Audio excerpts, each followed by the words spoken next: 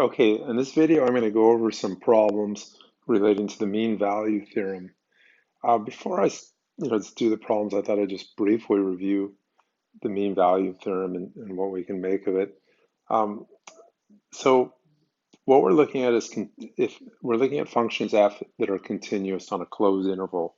So that's an interval that includes its endpoints, and it's a bounded interval. And it's differentiable on the open interval, which means that every point between A and B, for every point on the graph, there's a tangent line. So that's one way to look at differentiable. Then there exists one number C that belongs to AB such that the derivative at C is equal to this fraction here, f of B minus f of A divided by B minus A. Now, let's quickly try to make sense of this. If I draw a line between these endpoints, the first one's A, f of A, the next one's B, f of B, then what we get is that the slope of this line is found by the formula of rise over run, or delta y over delta x. And so we see that we have this slope where I subtract the y coordinates, f of B minus f of A, and I divide by the difference of the x coordinates, B minus A. Now, that corresponds to the right side of this mean value theorem. That right-hand side is the slope of the line between the 2 points. What about the left-hand side, which says f prime of c? Well, derivative is equal to the slope of the tangent line. We know that, and we should know that. Derivative is equal to the slope of the tangent line. So the left-hand side, f prime of c, is the slope of the tangent line, and the right-hand side, that f of b minus f of a over b minus a, is the slope of the, maybe called the secant line, the line connecting those two endpoints. Now, if two lines have the same slope, they're parallel. Let's see what I can do here. I think I can do a duplicate and make this other line here, which is a tangent line that's parallel. All right, and so this has the slope of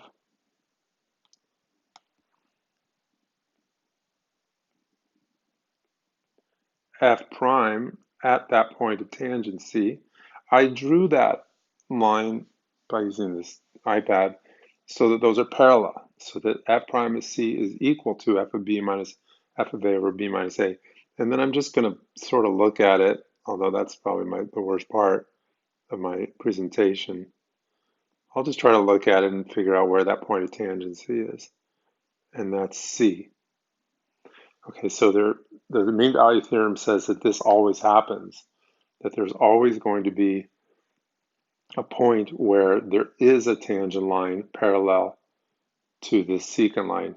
It's certainly not true of any tangent line. If I drew another tangent line, which I'll erase, here's another tangent line.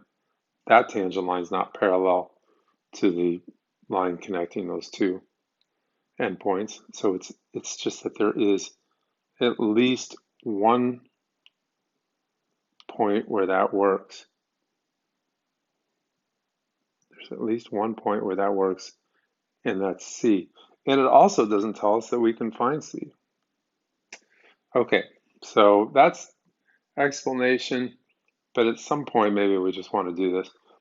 By the way, you can rewrite this. This can be written just by querying the fraction and writing that f prime of C times B minus A equals f of B minus f of A.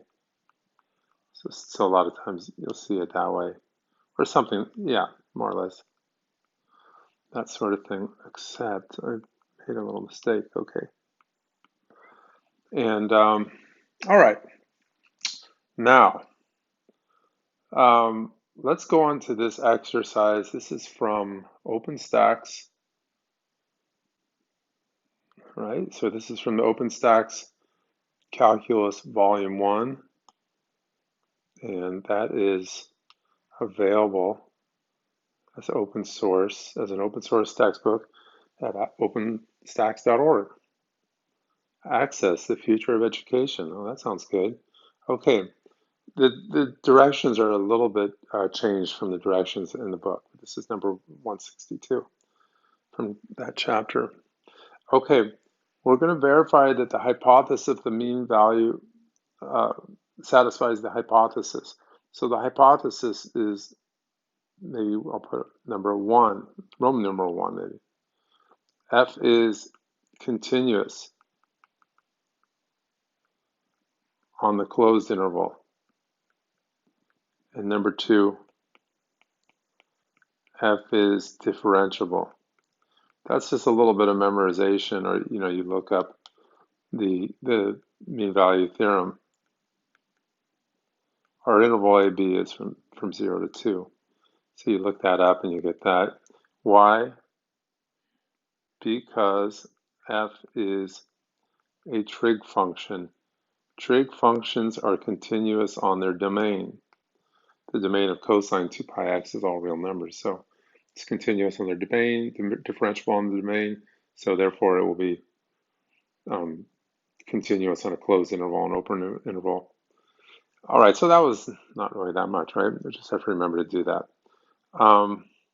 Next, for the conclusion, I'm going to write down the formula for the mean value theorem, and I'm just going to plug everything in. Now, what we're trying to do is we're trying to find C. If you think about it, we know F and we know A and B. So A is equal to 0, B is equal to 2, F of x, for whatever reason, I'm going to copy down again, is 2 pi x. I need to find the derivative. We have to think a little bit about this. For the derivative, I need to use the chain rule. The derivative cosine is negative sine, and then I copy and paste 2 pi x, and then multiply by the derivative of what's inside, or the function inside. Derivative of 2 pi x is 2 pi.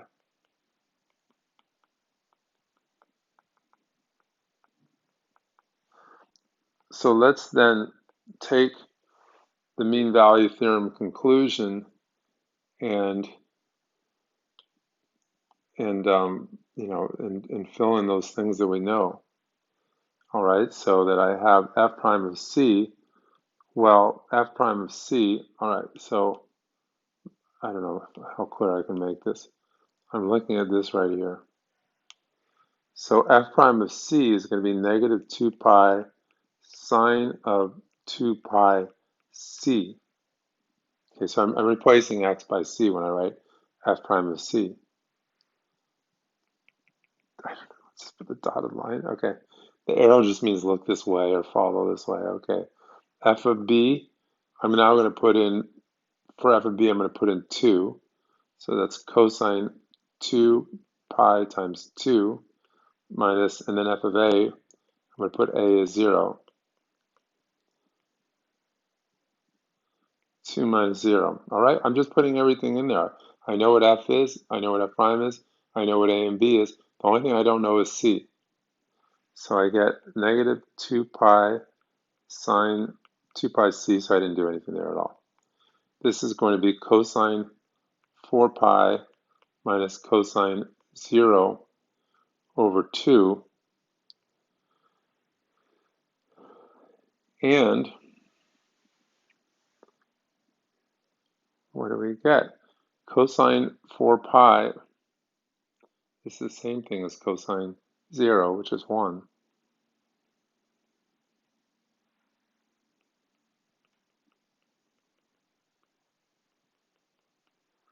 So this gives negative 2 pi sine 2 pi c is equal to 0.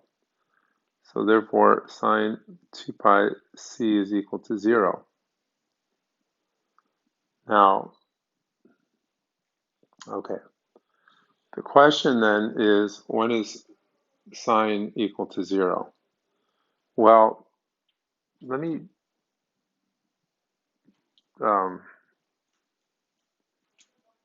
go ahead and and draw the unit circle.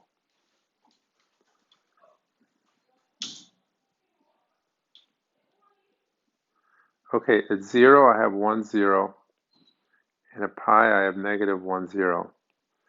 And what I'm trying to find is, you know, or I want to solve sine theta equals 0. So I'm trying to find sine theta equals 0, and theta, or sine theta is the y coordinate. So and that would give us that theta is 0 or pi or 2 pi, etc., or it could be negative pi. So what I'm going to have is I could have 2 pi c is equal to, say, negative pi. Let's just start with that. But that's not going to work because that's not even in the interval between. C is supposed to be between 0 and 2 pi. I don't even want to, I sort of wish I hadn't even written that down. How about 2 pi c equals 0? Well, that gives, this gives c equals 0, so we don't really want that one either. 2 pi c equals pi. This gives c equals pi over 2 pi, which is equal to 1/2. Actually, I think I wrote it down wrong. I don't want c between 0 and 2 pi. C is between 0 and 2. That is going to do the trick for us. Now, I think we're supposed to find all. Are there any others? We could put 2 pi c is equal to 2 pi, and that's going to give that c is equal to 1. Oh, so it does work, actually. I sort of didn't plan ahead. Okay. 2 pi c is equal to 3 pi. That's going to give c equals 3/2. That's another one. And then finally, we get 2 pi c is equal to 4 pi. That gives c is equal to 2, but we don't want that one because that's not in the interval.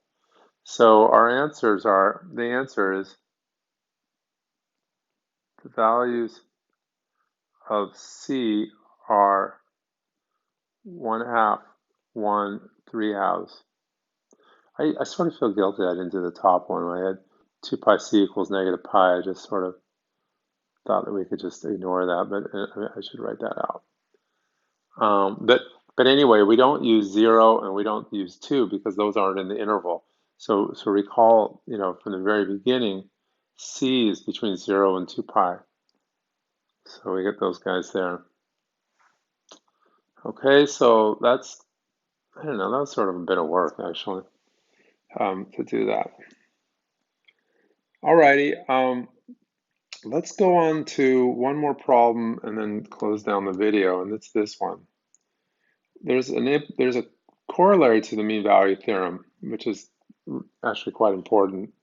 And that says that if two functions have the same derivatives, then their difference is constant. It doesn't mean they're equal if they have the same derivative. It means their difference is constant, which would be the same thing as saying that the function, if f prime equals g prime, then the function f is equal to g plus a constant.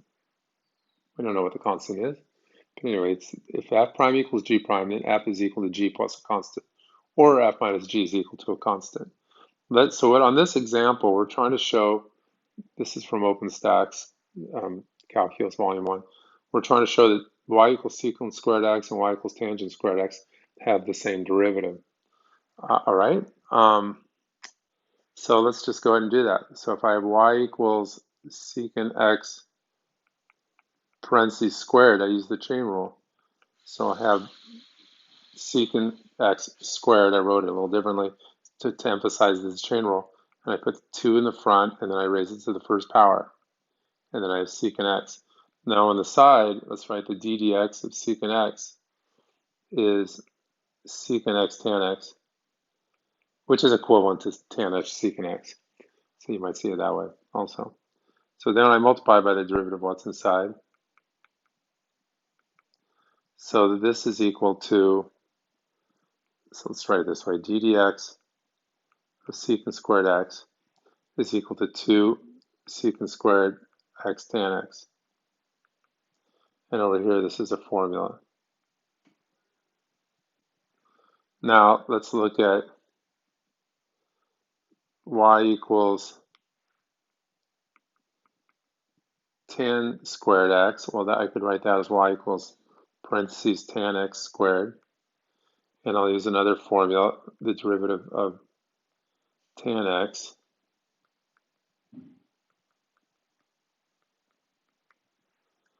Okay, the derivative of tan x is secant squared x.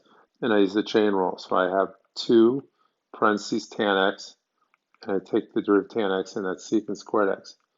Okay, so what's going on is that I'll write it as 2 secant squared x tan x, so I can see that they're both the same. So why is that? What's going on? Why is it that these are the same? So we see that d dx of secant squared x is equal to d dx of tangent squared x. All right, now what's going on? Well, note,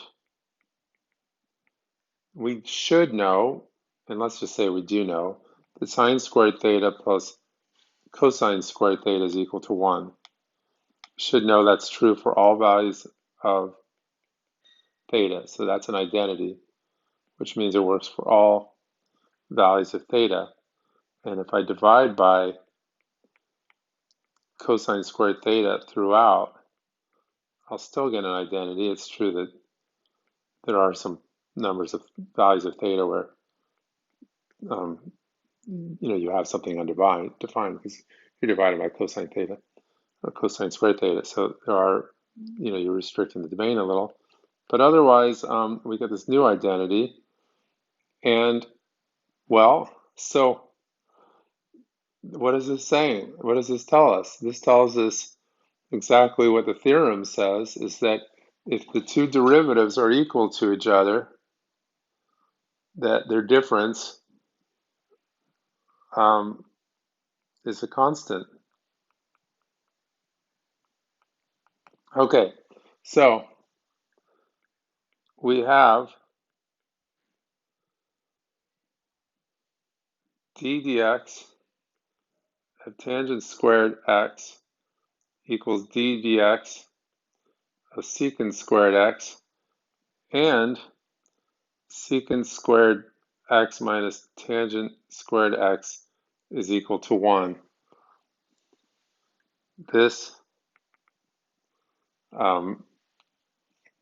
is a verification. Well, it's not a verification, but this follows this example.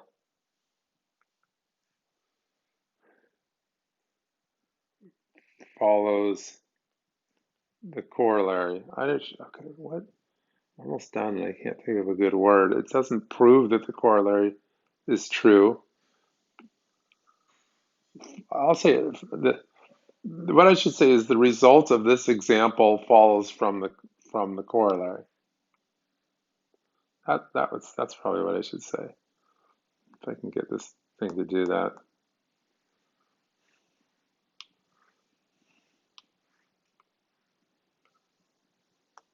Oh well, looks like I can't. The result of this corollary follows from the example. Seems like it's broken right when I'm trying to do this. The result of the example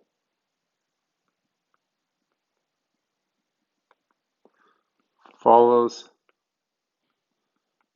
from the corollary. I got flustered and forgot how to spell corollary. Okay, corollary. All right, I mean, it's what we expect. And it was secant squared x and tangent squared x. A lot of you remember that there is a identity that ties these together. Tangent squared theta plus 1 is equal secant squared theta. And so what we're saying, what we see is that you take the derivative of secant squared x and the derivative of tangent squared x, and you see the derivatives are the same, and that makes sense because they differ by a constant, which is 1. All right, so what can you say about secant squared x? So secant squared x minus tangent squared x is equal to a constant.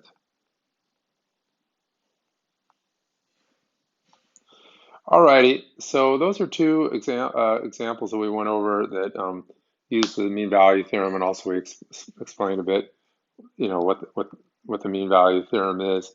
And I didn't explain how the corollary follows from the mean value theorem. That was we did that in another place in lecture. Could make a video on that, but anyway, I didn't. And then we have this idea here is that secant squared of x minus tangent squared x is a constant, which follows from the corollary. Okay, so that's all for today.